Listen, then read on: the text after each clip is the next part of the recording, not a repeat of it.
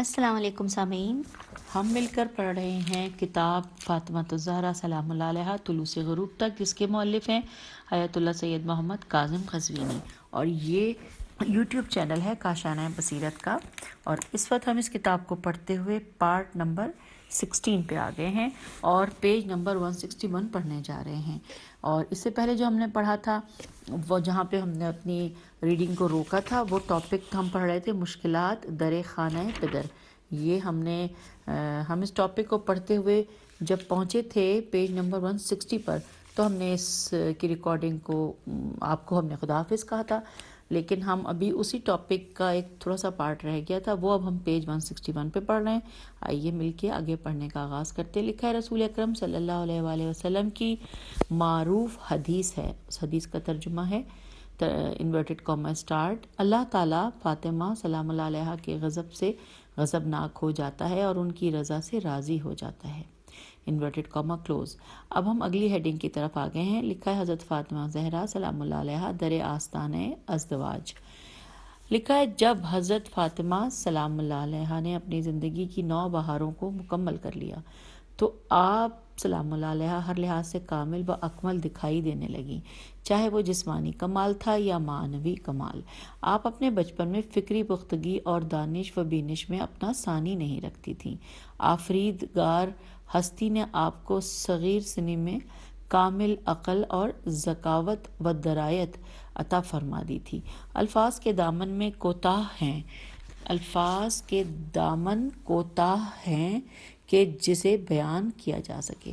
رب جلیل نے اپنی شان کریمی سے سیدہ زہرا کو وہ جسم عطا کیا تھا کہ آپ حسن و جمال و ملاحت میں آیت اللہ تھیں۔ آپ کو وراثت میں حسن و خوبصورتی کی دل پذیر خوبیاں عطا ہوئی تھیں، وہ اور تھیں۔ اللہ تعالیٰ نے آپ کو تمام انسانی خوبیاں فوق العادت عطا کر رکھی تھی۔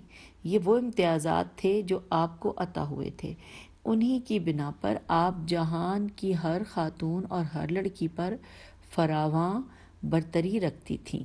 اگلی ہیڈنگ ہے دانشگاہ وحی و رسالت۔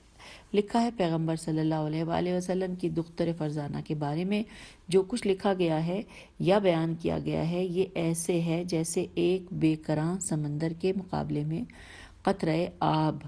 آپ اگلے صفحات میں پڑھیں گے کہ آپ کی ذات والا صفات اپنی ملکوتی صفات کے اعتبار سے آفتاب بن کر اذہان کو منور کر دے گی، اور یہ ثابت ہو جائے گا کہ آپ سلام اللہ علیہا اس جہان ہستی کی تمام خواتین پر اپنے علم و دانش کے اعتبار سے، اپنے حسن و جمال اور کسبی کمالات کے لحاظ سے مکمل برتری رکھتی تھیں۔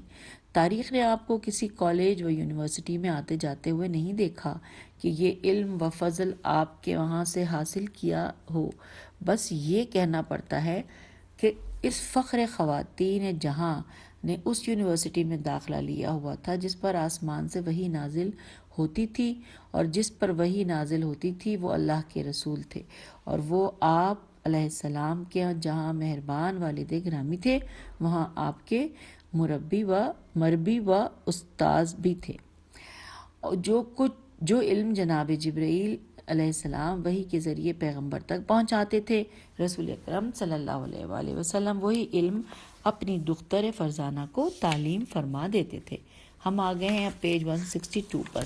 لکھا ہے نبی اکرم صلی اللہ علیہ وآلہ وسلم کے مشاہیر اصحاب میں سے ہر ایک نے اس ملکوتی دختر فرزانہ کی خواستگاری کے لیے پیغمبر اکرم صلی اللہ علیہ وآلہ وسلم کے دروازۂ رحمت پر حاضری دی کہ یہ رشتہ اسے دیا جائے، لیکن پیغمبر رحمت نے ان میں سے ہر ایک کو یہ کہہ کر لاجواب کر دیا، ترجمہ کہ میری بیٹی کا معاملہ میرے رب کے ہاتھ میں ہے، اس میں مجھے کوئی اختیار نہیں ہے، وہ جس سے اس کی تزویج چاہے گا کر دے گا، انورٹڈ کاما کلوز۔ آگے لکھا ہے کہ شعیب بن سعد مصری نے اپنی کتاب الروز الفائق بڑی خوبصورت بات کی ہے، ترجمہ کہ انورٹڈ کاما اسٹارٹ کہ جب صاف و پاک آسمان رسالت پر خورشید جہاں افروز سیدہ زہرا نے اپنی نورانی کرنیں بکھیرنے کا آغاز کیا، اور اسی ماہ کمال و جمال نے اپنی نور افشانی کے ساتھ بدر الدجا کی منزل حاصل کر لی، اور ان کے نور سے کائنات روشن و منور ہوئی، اور ان کے جمال و جلال نے آیت خداوندی بن کر اپنی چمک دمک سے جہان ہستی کو چکا چوند کر دیا۔ تو آپ سلام اللہ علیہ کی خواستگاری کے لیے مہاجرین و انصار کے بہت سے لوگوں نے بارگاہ رسالت میں حاضری دی۔ ان میں سے ہر ایک کی تمنا اور آرزو یہ تھی کہ وہ ان کے سلسلہ ازدواج میں منسلک ہو جائے، لیکن پیغمبر اکرم صلی اللہ علیہ وآلہ وسلم کا قلب مبارک اللہ تعالیٰ کی خوشنودی کے ہاتھوں گروی تھا۔ ان تمام خواہش مندان کی خواہشوں پر آپ نے یہ الفاظ کہہ کر پانی پھیر دیا کہ میں اللہ کے فیصلے کے انتظار میں ہوں۔ اس جنت کی بیٹی کی خواستگاری کے لیے حضرت عمر، حضرت ابو بکر پیغمبر اسلام کی بارگاہ اقدس میں باری باری پہنچے۔ پیغمبر اسلام نے انہیں فرمایا، ابھی میری بیٹی کی وہ عمر ہی نہیں جس کے تم لوگ خواستگار ہو۔ اب یہ ساری چیزیں جو ہیں ہمیں جہاں سے حوالہ دیا گیا ہے بریکٹ میں، وہ ہے فضائل احمد بن حنبل والنسائی فی الخصائص، اور صفحہ نمبر 31 ابن خارزمی فی التذکرۃ، صفحہ نمبر 316۔ اب ہم آ گئے ہیں پیج نمبر 163 پر۔ لکھا ہے، ان حضرات کے بعد عبد الرحمن بن عوف خواستگاری کے لیے آئے۔ آپ نے اپنا رخ انور دوسری طرف پھیر لیا اور اسے کوئی جواب ہی نہ دیا۔ پیغمبر اکرم صلی اللہ علیہ وآلہ وسلم کا یہ فرمان کہ انہا صغیرۃ سازشی راویوں کی روایتوں کا بھانڈا پھوڑ دیتا ہے کہ جب روایت جھوٹی ہے تو راوی بطریق اولا جھوٹا ہے۔ کیا پیغمبر خدا صلی اللہ علیہ وآلہ وسلم کے فرمان سے یہ حقیقت و واقعیت روشن ہو جاتی ہے کہ حضرت فاطمہ زہرا بعثت سے 5 سال پہلے پیدا ہوئی تھی؟ اگلا پیراگراف ہے کہ ان راویوں کی یہ ساخت و پرداخت 100% جھوٹ اور سازش پر مبنی ہے۔ اگر ایسا ہوتا تو ان دنوں جناب زہرا سلام اللہ علیہ کی عمر شریف 18 سال ہوتی، کہ جس طرح بعض راویوں نے اس امر کی تصریح کی ہے۔ جب ایک بیٹی کی عمر 18 سال ہو اور وہ کیسے صغیرہ ہو سکتی ہے؟ سوالیہ نشان۔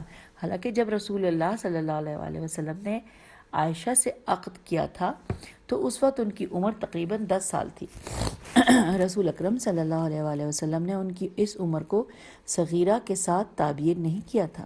وہی رسول صلی اللہ علیہ وآلہ وسلم جو 10 سال کی دختر سے عقد کر سکتے ہیں اور اسے صغیرہ نہیں کہتے، تو اپنی جوان بیٹی کے بارے میں کیسے کہہ سکتے تھے کہ وہ ابھی ازواج کی صلاحیت نہیں رکھتی؟ اگلا پیراگراف ہے، فرض کریں کہ ان لوگوں کی روایت صحیح ہے اور وہ اپنے موقف میں سچے ہیں کہ سیدہ زہرا بعثت سے 5 سال قبل پیدا ہوئیں، اور جب وہ مکے میں پہنچیں تو اپنی پیدائش سے اور ہجرت سے قبل ان کی عمر شریف 16 اور 17 سال کے درمیان ہونی چاہیے تھی۔ یہ عمر کی وہ حد ہے جو زواج کے اعتبار سے احسن ترین ہے، تو پھر اہل مکے میں سے کسی نے ان سے خواستگاری کیوں نہیں کی تھی؟ سوالیہ نشان۔ مکے کی رہائش پذیری کے دوران خواستگاری کے لیے نہ بنی ہاشم میں سے کوئی آیا اور نہ ہی کوئی اور۔ اس بنا پر یہ مسئلہ جو زیر بحث ہے کہ کسی کتاب میں نہیں دیکھا گیا اور نہ کسی سے سنا گیا، تو پھر یہ روایت کیسے سچ ثابت ہو سکتی ہے؟ سوالیہ نشان۔ اگلی ہیڈنگ ہے انس بن مالک کی روایت، آئیے پڑھتے ہیں۔ لکھا ہے کہ علی بن متقی نے اپنی کتاب کنز الاعمال جلد نمبر 2 صفحہ نمبر 99 میں انس بن مالک سے روایت نقل کی ہے۔ وہ فرماتے ہیں کہ ایک دن حضرت ابو بکر بارگاہ نبوت میں تشریف لائے اور آپ کے سامنے آ کر بیٹھ گئے اور عرض کیا، یا رسول اللہ، آپ بہتر جانتے ہیں کہ میں نے سب سے زیادہ آپ کی خیر خواہی کے لیے کام کیا ہے اور سب سے پہلے میں نے آپ کی تصدیق کی ہے، کیا یہ اس طرح نہیں ہے؟ سوالیہ نشان۔ پیغمبر اسلام نے فرمایا، اس ساری گفتگو کا مقصد کیا ہے؟ سوالیہ نشان۔ اب ہم آگئے ہیں پیج 164 پر۔ انہوں نے کہا، میں آپ کی بیٹی فاطمہ زہرا سے عقد کرنا چاہتا ہوں۔ یہ سن کر پیغمبر خدا خاموش رہے اور اپنا رخ انور دوسری طرف پھیر لیا۔ جناب ابو بکر فوراً اٹھے اور حضرت عمر کے پاس چلے آئے اور کہا، میں تو خالی ہاتھ واپس آیا ہوں اور مجھے کچھ نہیں ملا۔ حضرت عمر نے پوچھا، کیا ہوا؟ حضرت ابو بکر نے کہا، میں بارگاہ نبوت میں گیا اور ان سے ان کی بیٹی فاطمہ زہرا کا رشتہ مانگا۔ یہ سن کر پیغمبر خدا نے مجھ سے اپنا رخ انور دوسری طرف پھیر لیا۔ حضرت عمر نے کہا تو یہاں بیٹھ، میں پیغمبر خدا کے پاس جاتا ہوں اور اپنے لیے رشتہ مانگتا ہوں۔ حضرت عمر فوراً پیغمبر اکرم کے حضور آئے اور آپ کے برابر آ کر بیٹھ گئے۔ جناب عمر نے عرض کیا، میں نے آپ کی خدمت میں آپ کی خیر خواہی و دل سوزی کے لیے کام کیا ہے، اسلام قبول کیا۔ جب ان کی بات اس مقام تک پہنچی تو پیغمبر اسلام نے فرمایا، اس لمبی چوڑی گفتگو کا کیا خلاصہ ہے؟ سوالیہ نشان۔ حضرت عمر نے کہا، میں آپ کی بیٹی سے عقد کرنا چاہتا ہوں۔ پیغمبر اسلام نے یہ سن کر دوسری طرف رخ کر لیا۔ حضرت عمر حضرت ابوبکر کے پاس پہنچے اور کہا کہ مجھے معلوم ہوتا ہے کہ رسول اسلام صلی اللہ علیہ وآلہ وسلم اپنی دختر فاطمہ زہرا کے ازدواج کے لیے اللہ کے حکم کے انتظار میں ہیں۔ اگلا پیراگراف میں لکھا ہے کہ علامہ ہیثمی یہ سے میم چھوٹی ہے نے اپنی کتاب مجمع الزوائد میں روایت نقل کی ہے کہ حضرت عمر اور حضرت ابوبکر دونوں پیغمبر اسلام کے پاس حضرت فاطمہ زہرا کی خواستگاری کے لیے گئے تھے، تو رسول اللہ نے فرمایا کہ میں اللہ تعالیٰ کے فیصلے کے انتظار میں ہوں۔ یہ دونوں حضرات بعد میں پشیمان ہوئے اور کہا کہ کاش وہ پیغمبر اسلام کے پاس اس غرض کے لیے نہ گئے ہوتے، لیکن حقیقت یہ ہے کہ پیغمبر اسلام یہ مناسب نہیں سمجھتے تھے کہ ان لوگوں کو کہیں کہ تم لوگ فاطمہ زہرا کے لیے ان کے ہم پلہ اور کفو نہیں ہو۔ آپ صلی اللہ علیہ وآلہ وسلم کو یہ پسند نہ تھا کہ وہ انہیں کہیں کہ تم لوگ اس کے کفو نہیں ہو، یا یہ کہ آپ انہیں کہتے کہ ان کی دختر فضائل و کمالات میں ان سے کہیں زیادہ بالاتر ہے۔ ان کے لیے ممکن ہی نہیں ہے کہ وہ لوگ ان کی دختر فرزانہ مشترک زندگی گزار سکیں کیونکہ رسول صلی اللہ علیہ وآلہ وسلم کا خیال تھا کہ ان کی بیٹی کا یہ معاملہ عادی اور طبعی صورت میں طے پائے۔ عین الف دال چھوٹی اور طبعی میں توئے بے یہ عین چھوٹی میں طے پائے۔ اچھا، اگلی ہیڈنگ ہے سامعین راز دل۔ لکھا ہجرت کے بعد حضرت امام علی علیہ السلام حضرت سعد بن معاذ کے ہاں ٹھہرے ہوئے تھے۔ ایک دن امام علی علیہ السلام ایک باغ میں کام کر رہے تھے۔ اچھا سامعین، یہ قصہ سنانا میں نے شروع کر دیا اور بتا دوں ہم پیج 165 پہ آ گئے ہیں۔ آئیے پڑھتے ہیں۔ لکھا ہے ایک دن علی علیہ السلام ایک باغ میں کام کر رہے تھے۔ حضرت سعد بن معاذ نے وہاں آپ کی زیارت کا شرف حاصل کیا اور وہیں آپ سے کہا، آپ رسول اللہ صلی اللہ علیہ وآلہ وسلم کے پاس ان کی دختر نیک اختر کی خواستگاری کے لیے کیوں نہیں جاتے؟ سوالیہ نشان۔ کتاب منتخب الاعمال میں روایت ہے کہ حضرت عمر حضرت امام علی کے پاس آئے اور کہا، دختر نبی فاطمہ سلام اللہ علیہا کی خواستگاری کے لیے آپ کے لیے کون سی چیز رکاوٹ بنی ہوئی ہے؟ سوالیہ نشان۔ آگے لکھا حضرت علی علیہ السلام نے فرمایا، ترجمہ، مجھے خوف ہے کہ کہیں مجھے مثبت جواب نہ ملے۔ یہ ترجمہ میں نے پڑھ دیا۔ پھر لکھا ہے حضرت عمر نے کہا کہ اگر پیغمبر خدا اپنی بیٹی فاطمہ کا عقد آپ کے ساتھ نہیں کریں گے تو پھر کس کے ساتھ کریں گے؟ سوالیہ نشان۔ کیونکہ تمام لوگوں میں سے آپ علیہ السلام ان کے زیادہ قریب ہیں، آپ کا ظاہر و باطن ان کے سامنے ہے، آپ کا حسب و نسب وہی ہے جو ان کا ہے۔ حقیقت یہی ہے کہ امام علی علیہ السلام نے زندگی بھر کبھی کسی کے سامنے حضرت فاطمہ زہرا کا نام نہیں لیا تھا۔ رسول اکرم صلی اللہ علیہ وآلہ وسلم سے حیا کی وجہ سے آپ نے کبھی ان کی دختر کا ذکر تک ہی نہیں کیا تھا۔ ان کے لیے بارگاہ نبوت میں اپنے دل کی بات کرنا ممکن ہی نہ تھا۔ آگے لکھا ہے مزید برآں آپ اقتصادی و معاشی طور پر کمزور تر تھے۔ اسلامی ہدف داری و فداکاری اور اسلامی جہاد کی ذمہ داری یہ وہ سب عوامل تھے جنہوں نے آپ کے اقتصادی پہلو کو نہ ہونے کے برابر کر دیا تھا۔ آپ کے پاس مدینے میں زندگی کے امکانات تھے، نہ گھر تھا، نہ کوئی کاروبار اور نہ کھیت، پھر کس طرح آپ شادی کرتے؟ سوالیہ نشان۔ اور کہاں ازدواج کرتے اور کہاں رہتے؟ سوالیہ نشان۔ اگلا پیراگراف لکھا ہے کہ سیدہ زہرا سلام اللہ علیہ وہ خاتون نہ تھیں کہ ان کی ازدواجی زندگی کے آغاز میں ان کی عزت و عظمت کے مطابق شادی کے اہتمامات نہ ہوں۔ ضروری تھا کہ ان کی رفعت و بلندی کے پیش نظر سامان زندگی مہیا کیا جائے۔ حضرت امیر علیہ السلام کے سامنے ایک اور پہلو بھی تھا کہ سیدہ زہرا سلام اللہ علیہ ایک غیر معمولی خاتون ہیں، ان سے ازدواج نہایت درجے کی سادگی کے ساتھ نہیں کیا جا سکتا۔ بہرحال وہ مقام جہاں پیوند خانوادگی کا ہدف ایک خانوادے کے نظام کی تشکیل ہوتا ہے، ان اہداف میں اولین ہدف جسمانی و جنسی نہیں ہوتا، بلکہ یہ ہدف خاندانی نظام کا پہلو ہوتا ہے۔ اس زمانے کے ازدواجی مراسم پر اسلام کی نظر تھی، جنہوں نے اس پسندیدہ سنت کے آگے بند باندھ رکھے تھے اور جوانوں کو اس طبعی و فطری واقعیت سے روک رکھا تھا۔ اگلا پیراگراف ہے کہ اسلام تو آیا ہی اس لیے تھا کہ ان خرافات اور اوہام کی زنجیروں کو توڑ دے اور ازدواجی زندگی کو اپنانے کی راہوں کو آسان کر دے۔ ہم آ گئے ہیں پیج 166 پر۔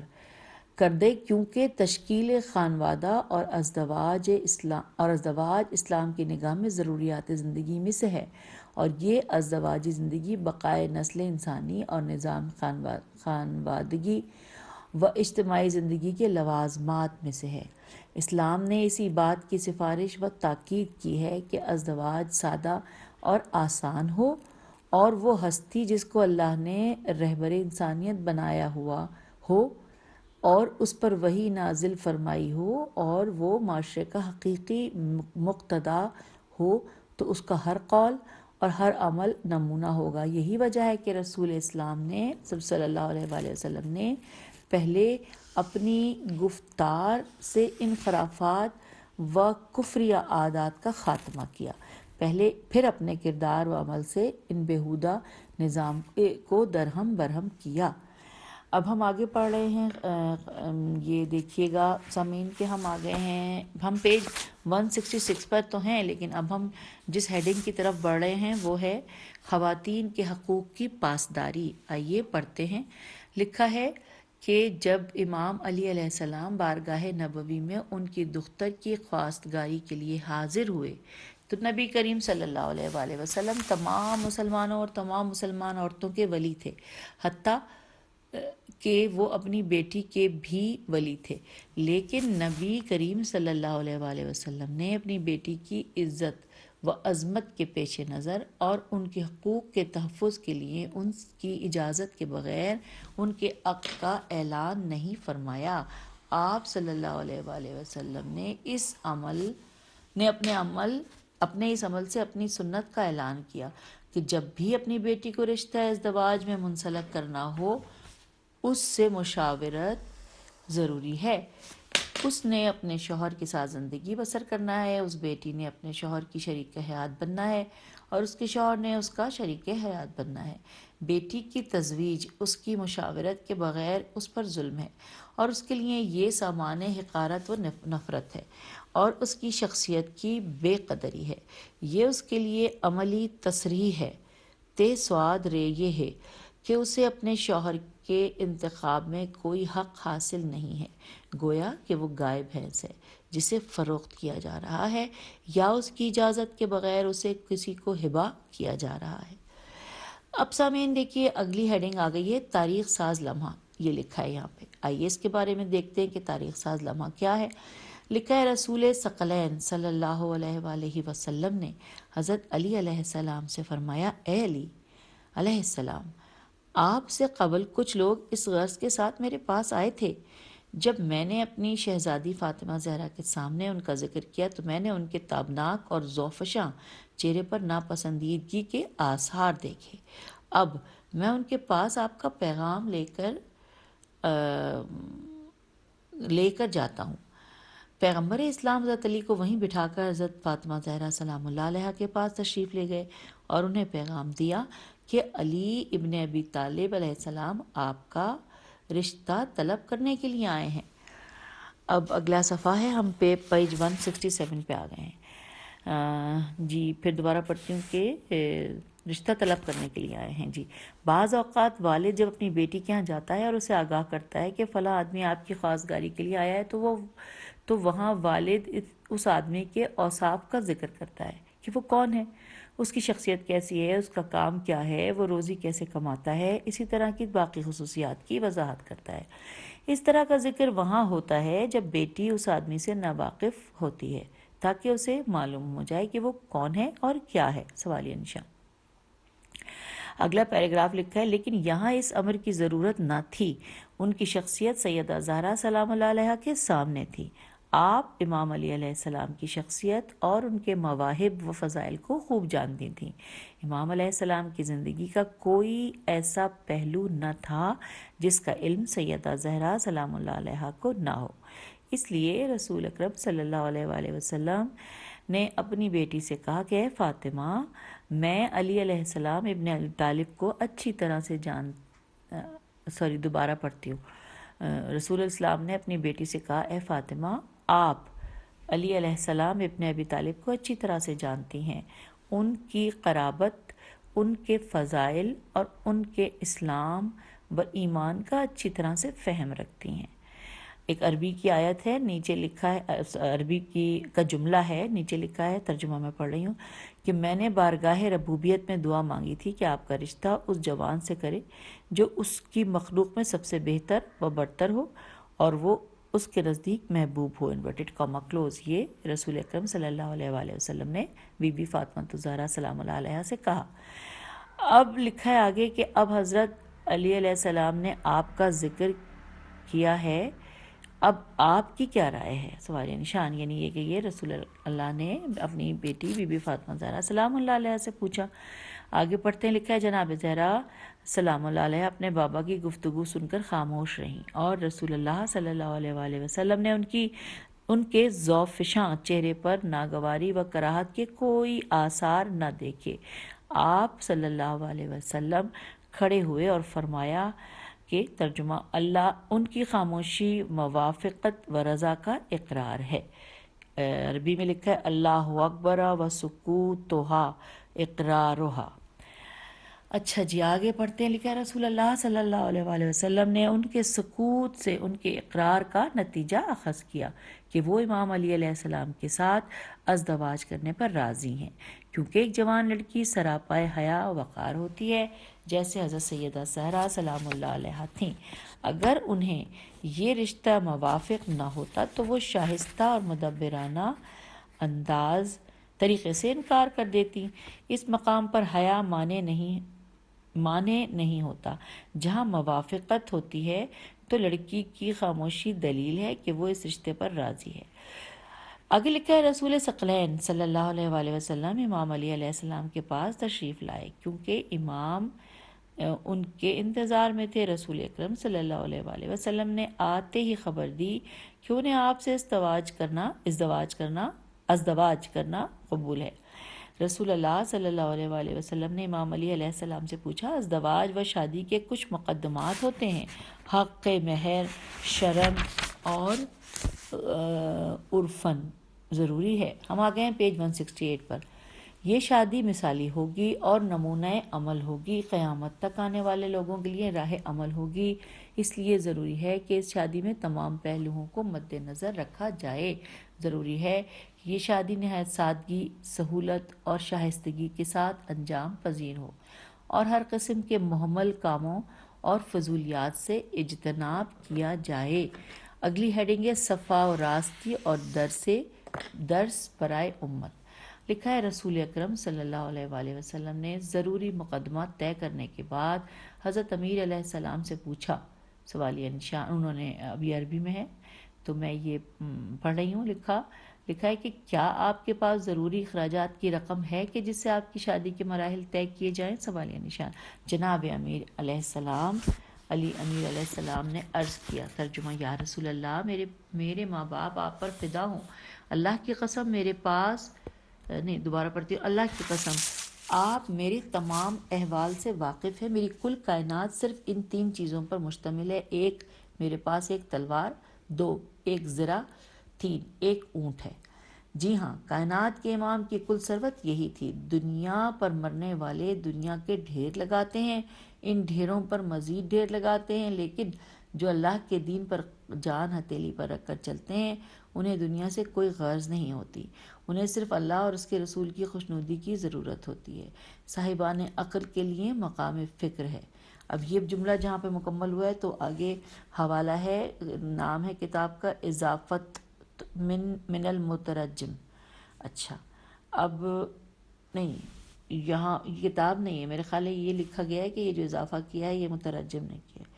میں پھر ہاں جی، یہ لکھا ہے اضافہ تو من المترجم۔ آگے لکھا ہے جی ہاں جناب امیر کے پاس مال دنیا میں سے یہی دوبارہ دیکھتی ہوں، جی ہاں کائنات نہیں سوری جی ہاں جناب امیر علیہ السلام کے پاس مال دنیا میں سے یہی کچھ تھا جس کے ذریعے آپ پیغمبر اسلام کی دختر یگانہ سے پیمان زندگی باندھنا چاہتے تھے۔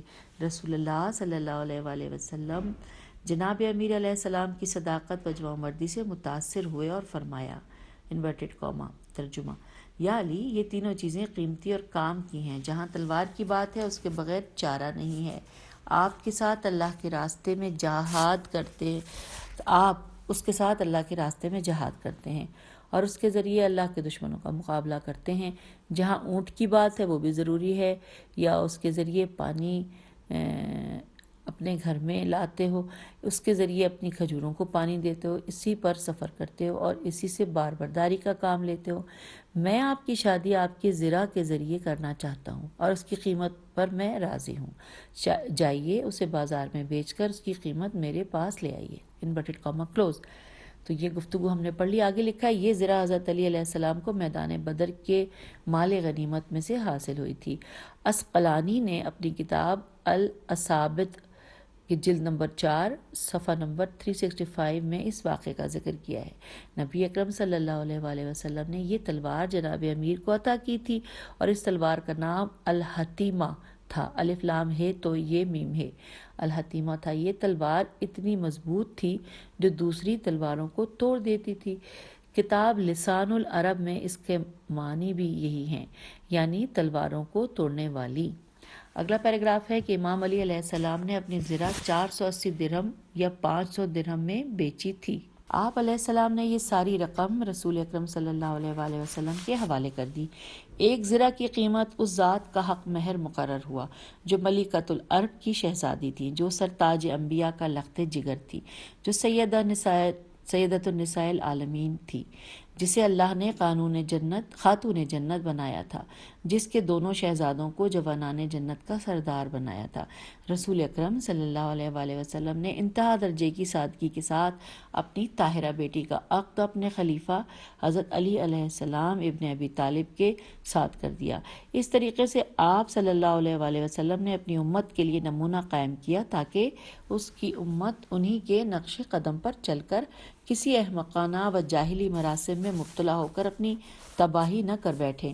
آپ کی بیٹی سیدہ زہرا سلام اللہ علیہا آیت خداوندی تھیں اور کائنات کی تمام خواتین سے شرف و منزلت میں کروڑوں گنا بلند و برتر تھیں، لیکن پیغمبر اسلام نے ان کا حق مہر صرف ایک زرع کی قیمت مقرر کی تاکہ اوہام و خرافات کے بندھن ٹوٹ جائیں اور امت کی ہر بیٹی اپنے بلوغ کے وقت فوراً بیاہی جائے، کہیں وہ خرافات کی زنجیروں میں جکڑی نہ جائے۔